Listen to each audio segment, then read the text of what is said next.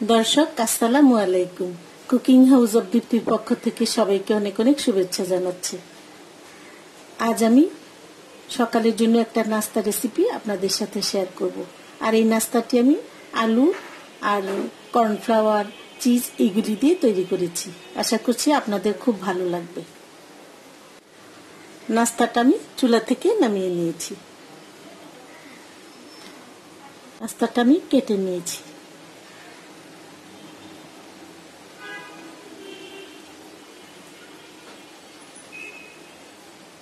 দেখুন ভিতরের চিজটা কি সুন্দর গলে গেছে। এখানে আমি বড় সাইজের দুইটা আলু খোসা ছাড়িয়ে এরকম চিকন চিকন করে কেটে নিয়েছি। কেটে ভালো করে ধুয়ে নিয়েছি। ধুয়ে একদম পানিটা ঝরিয়ে নিতে হবে। এখন একটা বাটিতে ঢেলে নিচ্ছি।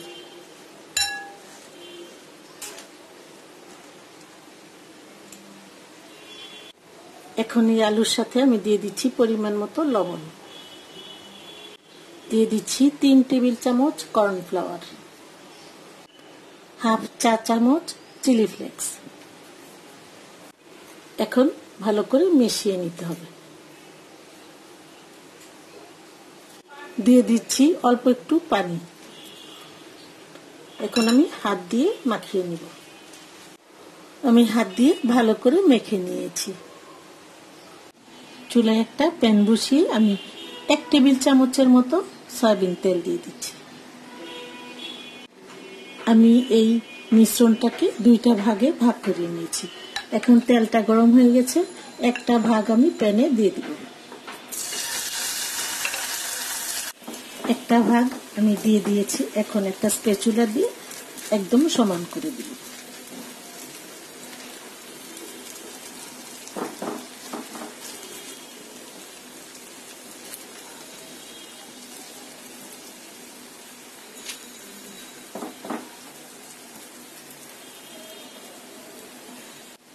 এখন একটা ঢাকনা দিয়ে আমি 5 মিনিট একটা পাশ ভেজে নেব। একটা পাশ হয়ে গেছে, এখন আমি উল্টে দিব।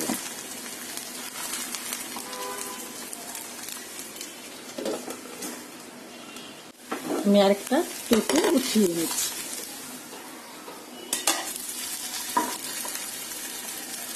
একটা পাশ আমি 5-6 মিনিট ভেজে নেব। ওই পাশটা আমি একটু লাল করেই ভেজে নেব। আরেকটা পাশও আমি ভেজে নিয়েছি, এখন আমি উঠিয়ে নিব। আরেকটা পাশ আমি এরকম লাল করে ভেজে নিয়েছি। আরেকটা ভাগ দিয়ে আমি একই পদ্ধতিতে বানিয়ে নিব। আরেকটাও আমি ভেজে নিয়েছি। দুইটা পাশে ভালো করে ভেজে দিয়েছি। এখন এটার উপরে আমি কিছু টমেটো এরকম পাতলা পাতলা করে কেটে নিয়েছি, দিয়ে দিচ্ছি।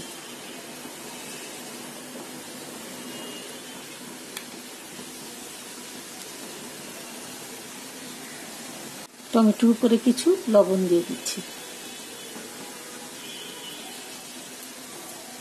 দিয়ে দিচ্ছি কিছু কাঁচামরিচ কুচি,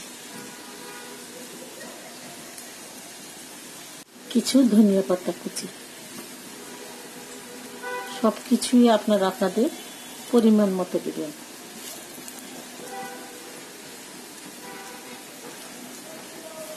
দিয়ে দিব 2টা স্লাইস করা চিজ।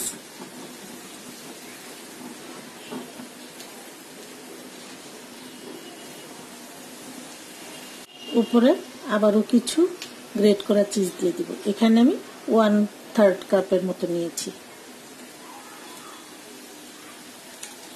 এর উপর আমি আরেকটা এভাবে বসিয়ে দিই।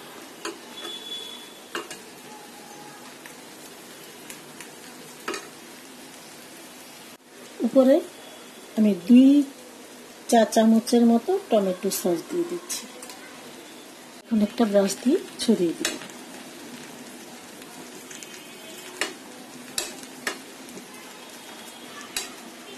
এখন চুলার আঁচটা মিডিয়াম রেখে আমি 5-6 মিনিট চুলায় বসিয়ে রাখবো।